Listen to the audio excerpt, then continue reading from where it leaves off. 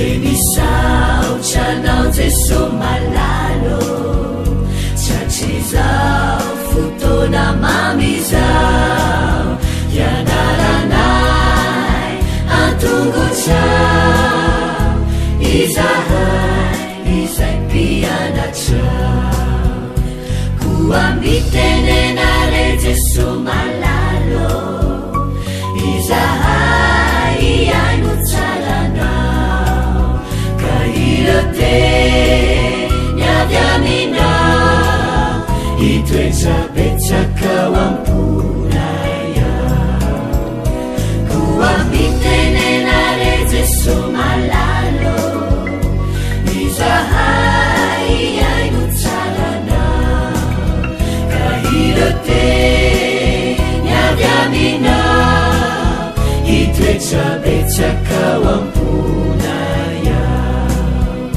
Irote nyavyamina Itoetra betsaka wampunaya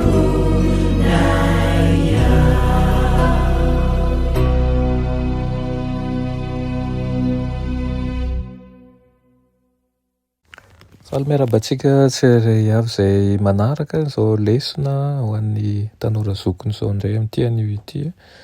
Asaiko ianao anaraka izany hatramin'ny farany ary mirary ny soanao hitondra vokatsoa aminao anie ny fianarana tenin'Andriamanitra.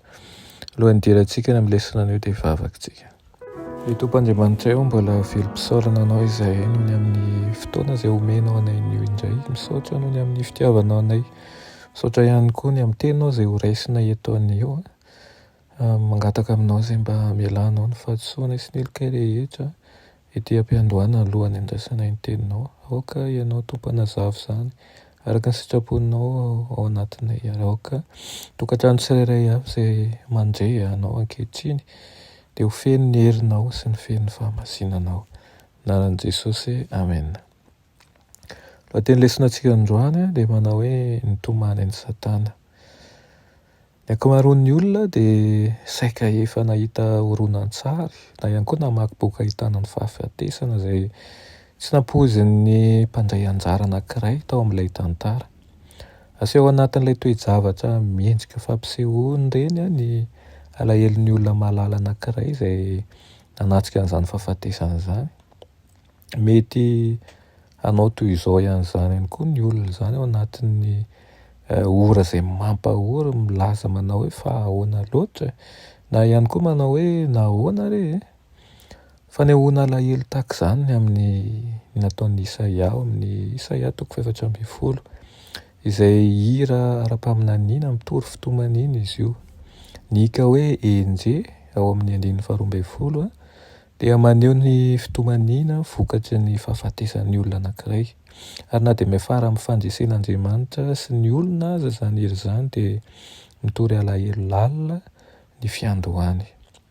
Amin'ny fovesarana alahelo no ilazan'Andriamanitra ao amin'ny 2:12 manao hoe enje latsaka tany an-danitra ianao ry ilay fitarikandro zanaky ny maraina voakapa hianjera amin'ny tany ianao. Andriamanitra no namorona an'ireo anjely anisan'izany Losifera.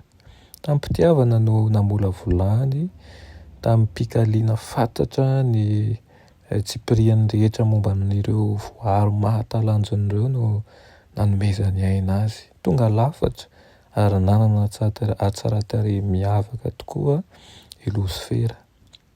Rain'ireo anjely Andriamanitra. Raha fitiavana tsy manapetra no anomen'ny fiainan'ny zanaka anankiray dia ho vaky ny fon'ny raim-pianakaviana rehefa mahita ny zanany izay mihodina aminy. Hitantsika amin'ny fikomiana Absaloma tamin'ny Davida rainy nitaratry ny tiavan'Andriamanitra ny Losifera izay nanjary Satana.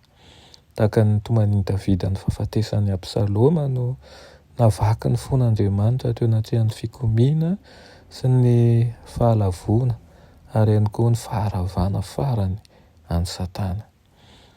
Tia hatramin'ny farany Andriamanitra, izay mihitsy ny toetrany. Asehony soratra masina ankapobeny ny maha-Andriamanitra maro-po sy be indrafo azy, azontsika mbara tsy hampisalasalana fa naneho fahari-po sy fangorahana tamin'ny Losifera izy.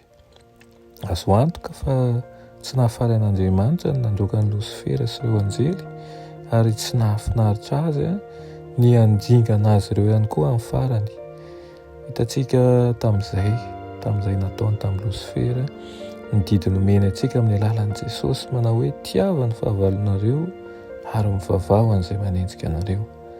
Andriamanitra mahatalanjona tokoa ilay Andriamanitsika, ary be fitiavana, ary mbola izay ny fitiavana izany no miantso antsika isan'andro manao hoe avy ozy izy fa maharo-po, avy fandahatra ozy izy isika fa na dia mainty tahaka ny jaka aza amin'ny fahotanareo dia ho fotsiko tahaka ny ora-panala.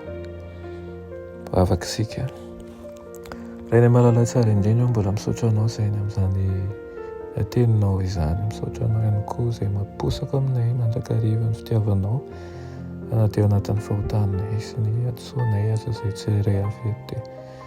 Ny fanahinao masina kosa dia miasa ao anatinay mibitsika mba hahafahanay miverina aminao, mangataka aminao izay mivavaka manokana ho an'ny mpanomponao izay miaino izao fandarana izao, aoka ianao akasika azy, aoka ianao hiasa ao am-pony sy ao an-tsainy, aoka ianao hanavao azy mandrakariva, ao zanaka ao malala anao tokoa ane izy, amin'ny anaran'i Jesosy, amen.